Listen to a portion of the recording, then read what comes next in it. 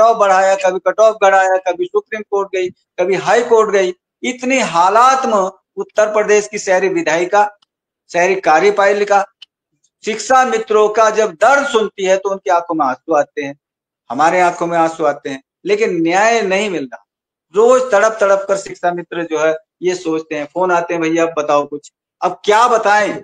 अगर मैं बता दूं कि शिक्षा मित्रों का स्थायी टीचर बनने वाले हैं, उनका मानदेय बढ़ने वाला है, अभी 2 दिन के बाद पूछेंगे भैया तुम तो कह रहे थे यार 2 दिन में होने वाला, अभी हुआ तो है नहीं। तो वकील वो साहब झूठ भी नहीं बोलते। पवन जी वकील साहब की सुन ले, मैं बिल्कुल आपके पास आऊंगा अभी। वकील साहब आपने बड़ी पीड़ा सुनी, और शायद पवन जी को अगर एक दिन का मौका दे दें तो भी पीड़ा खत्म नहीं होगी। वो भूख से होगी, दर्द है, वो वस्त्र से होगी, वो इलाज से होगी, वो दवा से होगी, वो बूढ़े माँ बाप की देखरेख से होगी, बच्चे की फीस से होगी, और सबसे अहम काम होता है हमारे धर्म में, चाहे मुसलमान धर्म हो, चाहे सिख धर्म हो, जैन धर्म हो, बौद्ध धर्म हो, हिंदू धर्म हो, बेटी की शादी करना। कहते हैं जिसकी आंगन में बेटी की शादी ना हो वो घर पवित्र नहीं होता है।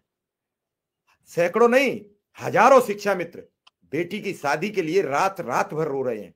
उन्हें पता है कि बेटी शादी योग्य है। पहले तो शिक्षा मित्र का जैसे ही जानकारी मिलती है कि इसकी बेटी शादी योग्य है, ये शिक्षा मित्र है, दरवाजे पर लोग बिठाना नहीं चाहते। वो जानते हैं ये खुद भूख से मरा जा रहा है, हमें क्या देगा। जमाना बदल चुका है। हजारों सैकड़ों शिक्षा मित्र रात रात भर रो रहे हैं उनकी बेटी की शादी कैसी। 2 4 5 10 20 तो दर्जन 2 दर्जन तो लाइव आकर अपनी परेशानी कह चुके हैं। बड़ा दयनीय स्थिति है सिंह साहब। नहीं, जो भी इनकी समस्या है बिल्कुल इस पर हम ध्यान देंगे, मिलेंगे पवन जी आके। और जब उत्तराखंड सरकार ने सेम इसी पैटर्न पे किया है तो पैरिटी की ग्राउंड भी एक इम्पोर्टेंट है। हम संघीय ढांचे में रहते हैं, अगर दूसरा राज्य लगा हुआ जो कि पहले उत्तर प्रदेश ही था, उत्तराखंड तो बाद में बना और उत्तर प्रदेश ही बना। और हमें खुशी की बात है कि हमारे माननीय यशस्वी मुख्यमंत्री महाराज जी उत्तराखंड की जन्मभूमि से आते हैं, तो उनको अपने जन्मभूमि के स्थल और जननी जन्मभूमिश्च स्वर्गदपि गरीयसे, जननी जन्मभूमिश्च, जन्मभूमि तो बहुत पवित्र होती है, तो उस जन्मभूमि के आदेश को पैरिटी के आधार पर भी मानकर उसे लागू करना चाहिए। हमारा तो यही प्रयास होगा और आगे इस पर करेंगे। पवन जी आएंगे और लोग इनके साथी आएंगे तो हम पूरा समय देंगे आपकी वजह से और हम इनका पूरा टाइम देंगे। दूसरा आपका सवाल था हाथरस प्रकरण में क्या हो रहा है।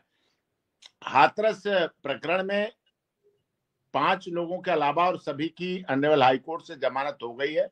इनकी भी जमानत हो गई, लेकिन एक शेखर यादव जी वाला मामला आ गया था ऑनरेबल हाईकोर्ट में।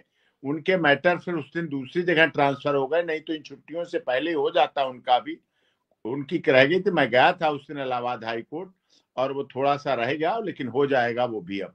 और उसमें चार्ज पर आर्गूमेंट चल रही है, काफी लंबी बहस चल रही है। ऑनरेबल डिस्ट्रिक्ट कोर्ट हाथरस उसको सुन रहे हैं और लगातार 10 दिन 9 दिन 10 दिन बाद डेट पड़ती है और पूरे।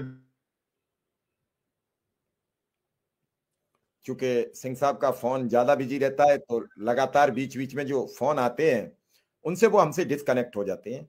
इस समय भी जब सारे वकील छुट्टी पर जा चुके हैं, उस समय भी सिंह साहब अपने ऑफिस में बैठे केसों का निपटारा कर रहे हैं। क्योंकि वो उनमें एक जो खासियत मैंने देखी, मैंने कई केस उनसे कराए, अनुदेशकों का कराया था इलाहाबाद, तो उन्हें खुद अपने केस की चिंता रहती है, तारीख पर कब जाना है, कैसे जाना है, ये सब चीजें उनकी बड़ी जिम्मेदारी से वो निभाते हैं। और इसीलिए मुझे अच्छा लगता है उनसे बातचीत करना और उनसे अच्छा लगता है लोगों को न्याय दिलवाने की बातें करना। पवन जी, इस सब के इतर मैं सिर्फ ये कहूंगा कि लोगों को उम्मीद है अभी सरकार से